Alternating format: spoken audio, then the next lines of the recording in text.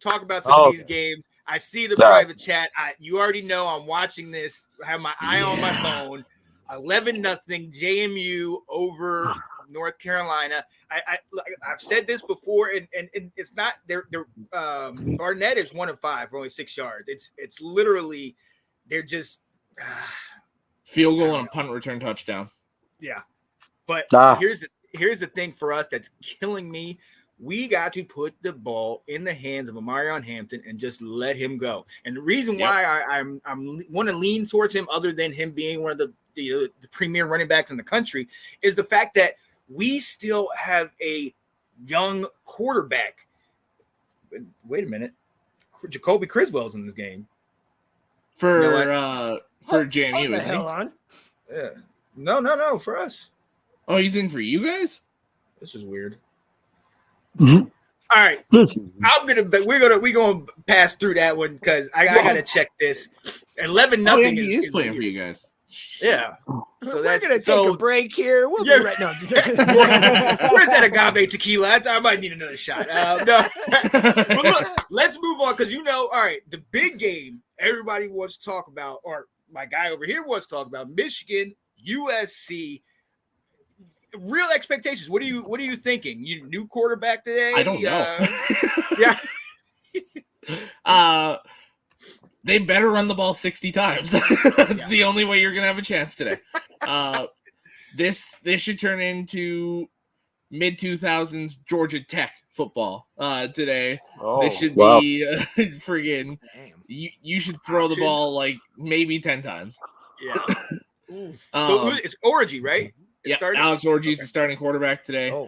I have never seen a quarterback be so successful with the read option with holding it so long.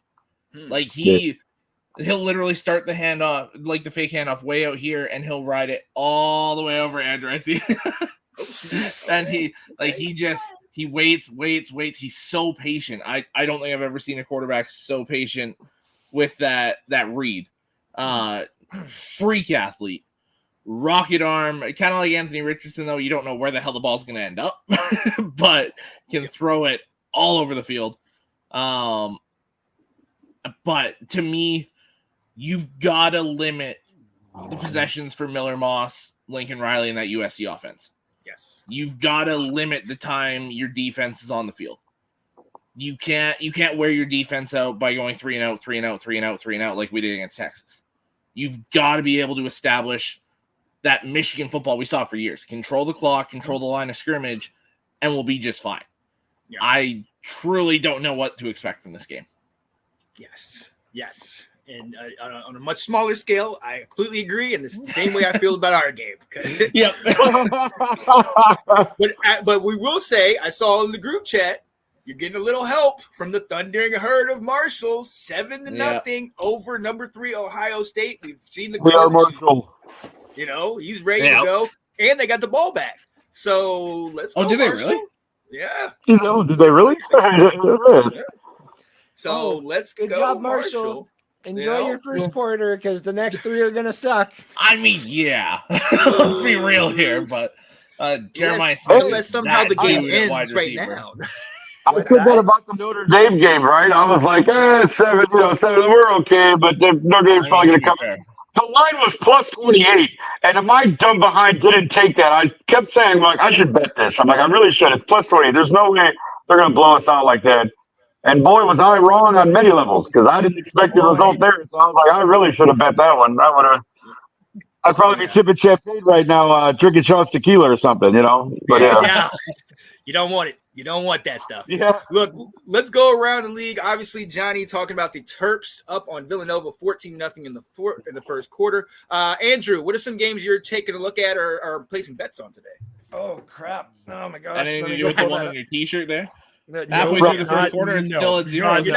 I will not touch a single Florida game for the rest of the year. I did the first game. You won't take the money line on the other teams?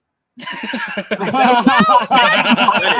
actually, no. Because Alex, as a gambler too, that is even worse luck. That is bad. That is bad. Let me pop through here quick. I had Ball State on NC State. I had Ball State covering the plus 6.5 today. Iowa State, I took minus 22. That gave me some dog money. Coastal Carolina, I do think is probably going to lose today to Virginia, only because of Revel Jr. is out for the year with the MCL. And he was going to be a top first round corner for sure. He was basically going to be the Toledo kid from last year. Quinion Mitchell. Thank you. That went to that was Eastern Carolina was that corner from this year. Or is that Eastern Carolina? Okay, never mind. He's like the only good player they have. That's right. That's right. Other than that, I was just looking through. I took Louisville minus 8.5. Yep. Memphis, I left alone, but I like Memphis today actually. Yeah. Definitely should have bet on them last week. Yeah. Over Florida State. Alex, I picked them. I didn't bet on it. I picked them. I should have bet on it. I do like USC. I'm sorry, Alex. I do like what they have going on, and I do think that just Lincoln Riley's coaching might be a little bit better today. Now, did you take money line or spread? I'd take the spread on that. The money line isn't that bad at minus 185 if you actually do think Michigan's going to give them a bit of a push, but I would still take the -4. Or if you're comfortable and you think it's still going to be tighter, if you can get the alt spread at -3 so you can get your money back just in case. I was going to say that's where I would go. Oh, it's already 7-7 in the Suckeyes game. Instead, Marshall had the ball because they still had to kick off. Long touchdown to Emeka Ibuka. The guy. Hells yeah, give me Ibuka all day. Florida State. Again, the second best receiver on his own team. I actually Florida Atlantic I do have on the money line because it was even. Going through a couple of the other ones I had here. I actually took Wyoming over North Texas today. Interesting. Plus 220 on the money line. There's just something about why, like, I always have a gut feeling about at least one of these teams for the week, and it's just everything. Seeing Josh Allen little documentary pop up on my YouTube, seeing the fact that there was like a random Wyoming come to our college video that popped up on my TV for one of the college games too. I was like, try to tell you something. Someone's telling me something here. So, go ahead. That actual football team. I used them as a dynasty for a little bit on the video game. That Evan Svoboda reminds me a lot of Josh Allen. Has the wicked arm, can move a little bit. They got some real speed of wide receiver there. That's a fun team to watch. What's up, also Chris? Oklahoma. Give me Oklahoma Tennessee. Really? You got money line Oklahoma? Man. Yeah, I'm gonna take money line Oklahoma. Only because it's plus 215. I like Jackson Arnold a lot. I think he's over 200 yards set though. No, I know, but he's also fresh. Like he's fresh. Same with Nico Iamaleava. Thank you, Iamaleava. There you go. See?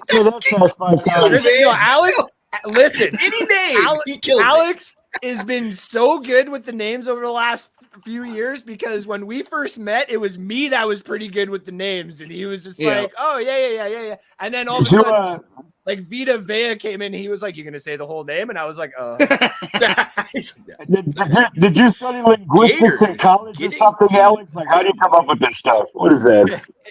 It's just there's pretty much always something football going on, whether it's listening to something in the background, watching something. There's always something going.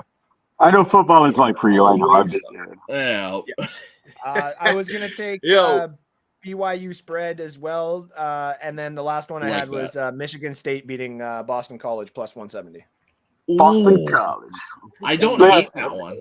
I like that one. I love that one. Michigan State. Shout out to Vandy Chris on here. Definitely check out the Golden Boot, his show.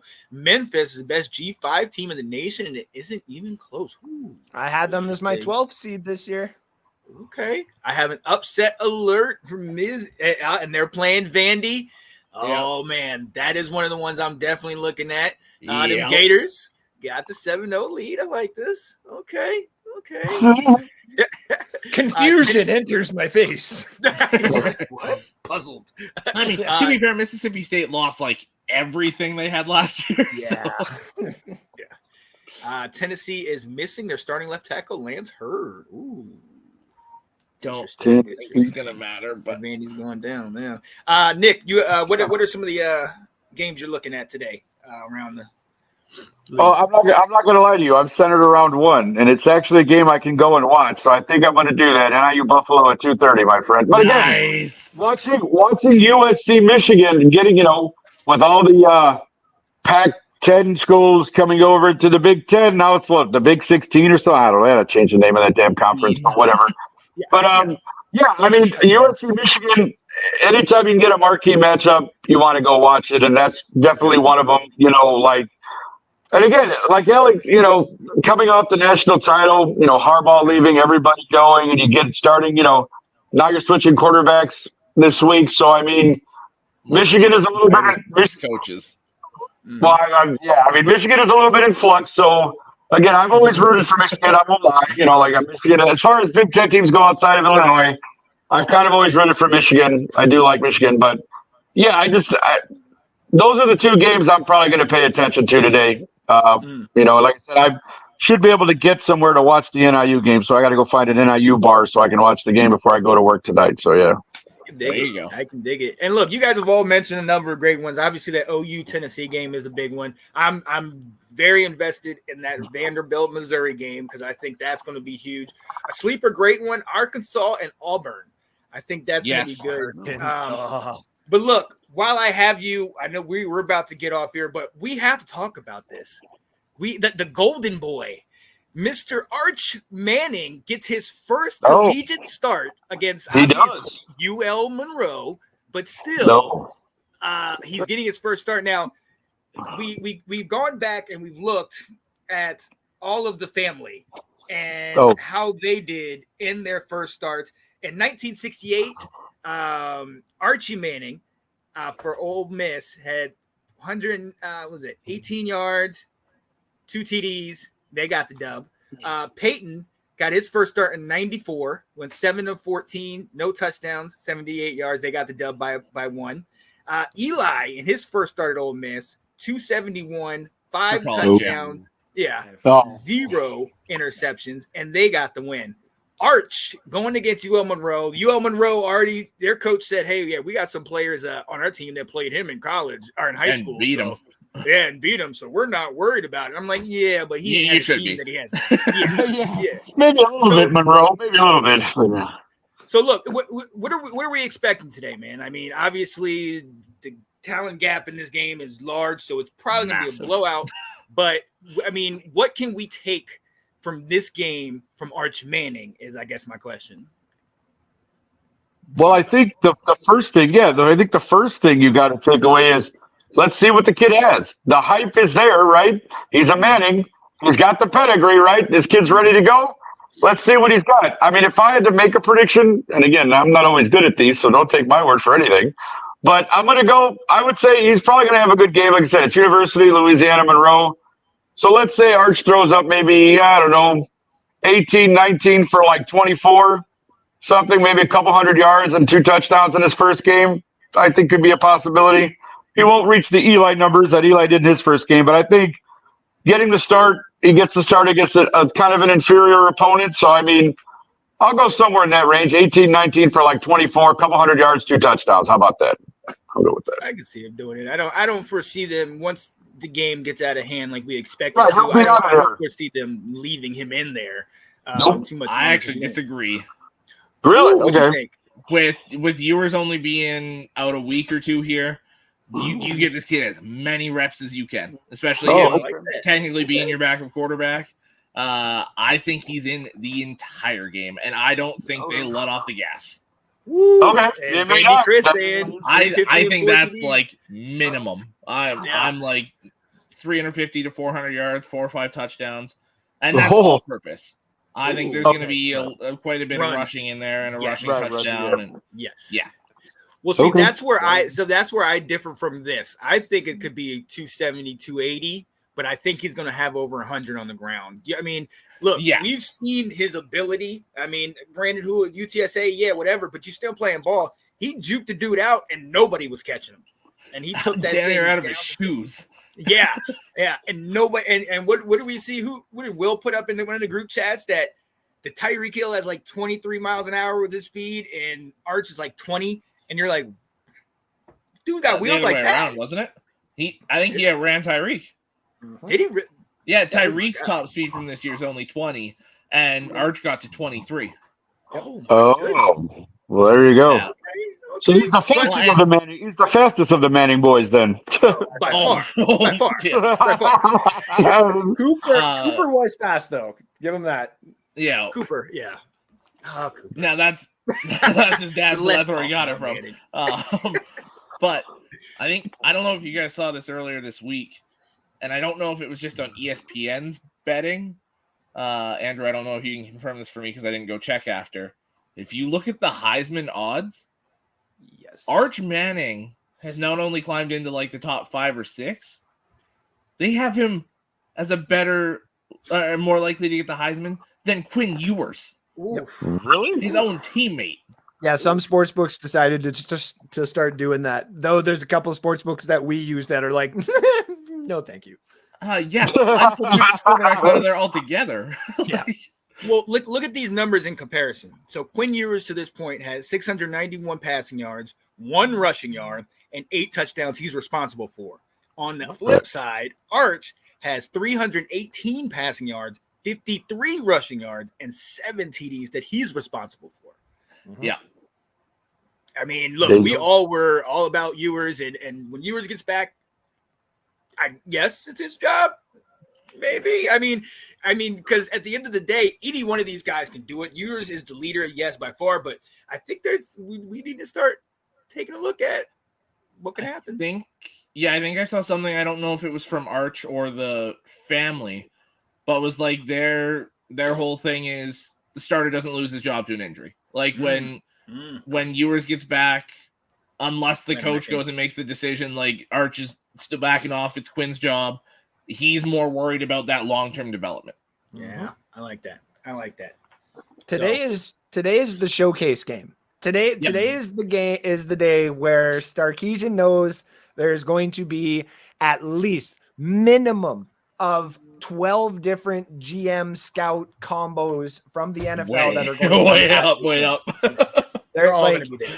They're all going to be there. So a lot of these coaches want to see a couple of things. One, does he rush? Does he rush or does he scramble?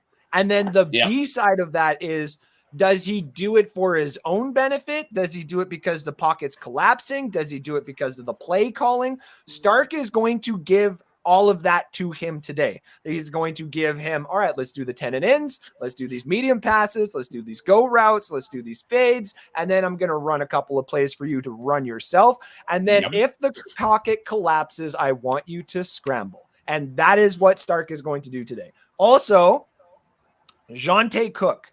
So there's it's not just it's not just Arch that was, say, put on the bench necessarily for this year. Jonte Cook was supposed to be the developmental wide receiver that he gets to be with for the next couple years. Jonte Cook is going to be on the field today too. And you watch, that kid is just like Xavier Worthy, if not possibly going to develop to be just a tiny little bit faster than him. So watch for that guy to start going on like a 90-yard freaking go route. Oh, I love that. Yeah. I love that. Got some of these scores in here. Florida 7-7 with Mississippi State. What the hell happened in your game, Sean? Dude, 18-14. 11-0 and 18-14. I do not know. I know that Omarion Dollison just had a 69-yard pass from Alonzo Barnett and got the kick for JMU. But our dear friend Will has been messaging me in the chats saying, "Hey, you see the score? You see what happened?" I got another score update here. The Clemson NC State game, I think you can put a bow on it already. 28-0 Clemson still in the first quarter. Ooh. Yeah, see that popping in the chat there now. Oh man, yeah. NC State might not even make it to see y'all next week. But see, now here's the thing: is this is my thought about this game? Is NC State not nearly as good as we expected, or is Clemson hitting their stride? Clemson's hitting their stride. I think it's Clemson hitting their stride because they ran it up on App State too. Yep. Last week. So to me, I think Clemson's hitting their stride. Makes for a very interesting ACC title game between them and Miami. Very true.